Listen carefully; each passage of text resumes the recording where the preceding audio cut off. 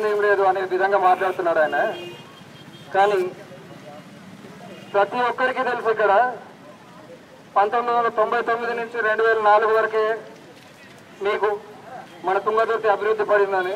అంతకంటే ముందు ఏ రోజు ఏ నాయకుడు కానీ దామోదర్ రెడ్డి 20 సంవత్సరాలు ఎమ్మెల్యేగా ఉన్నా ఏ రోజు తుంగతుర్తిని ఆయన మంత్రిగా పనిచేస్తా 18 నెలలు మంత్రిగా పనిచేస్తా ఏ రోజు తుంగతుర్తి గురించి పట్టించుకున్నది లేదు. ఆయన ఇక్కడ ఎమ్మెల్యేగా గెలిచి అక్కడ హైదరాబాద్లో ఉండడం తప్ప ఆయన ఈ రోజు వరకు మనకు చేసింది ఏం లేదు. అలాగే దాని తర్వాత ఎన్టీ రామారావు గారి తర్వాత మళ్ళీ రాజశేఖర రెడ్డి గారు అభివృద్ధి చేశారు. వృద్ధులకు కానీ యువకులకు కానీ అభివృద్ధి జరిగింది.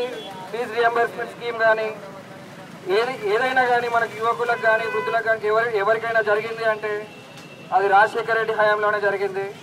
దాని తర్వాత ఇప్పుడు అందుకే మేము రాజశేఖర రెడ్డి గారి అభివృద్ధి పథకాలు మాకు నచ్చి ఈరోజు ఈ నెల 11వ తేదీ విజయమ్మ సమక్షంలో మా నాన్నగారు జాయిన్ అవుతున్నారు.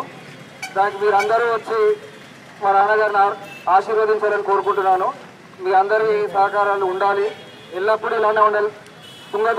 తుంగతుర్తిని ఏ రోజు మరవము. తుంగతుర్తి మమ్మల్ని గెలిపించింది ఒకసారి గెలిచినా కానీ తుంగతుర్తి ఎప్పటికప్పుడు జరిగే అభివృద్ధి మేము మళ్ళీ ఈ అభివృద్ధి జరగాలి అని మేము కోరుకుంటూ మేము సూర్యాపేటలో ఉన్నా మేము గెలిచినా గెలవకపోయినా 9 సంవత్సరాలు మేము అధికారంలో లేకపోయినా మీకు తుంగతుర్తి ప్రజల కోసం మేము చాలా చేశాం, ఇంకా చేస్తూనే ఉంటాం. ఇలా ఇంతటితో ఈ అవకాశం ఇచ్చిన అందరికీ ధన్యవాదాలు తెలుపుతున్నాను. జై సంకినేని, జై తెలంగాణ, జై తెలంగాణ. మన సంకినేని యువసేన ఆధ్వర్యంలో రేపు జరగబోయే బహిరంగ సభకు ఒక రోజు ముందుగా 10వ తారీఖు ఈ నుంచి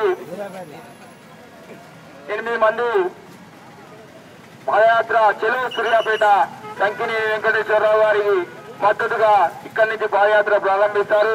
ఎంఏ గఫార్, బొమ్మగాని శివ, ఎం సోమన్న, ఏ సురేష్, ప్రశాంత్, త్యాగస్వామి, మల్లెపాక సంపత్ అందరూ కూడా పాదయాత్ర ప్రారంభిస్తారు 10వ తారీఖు.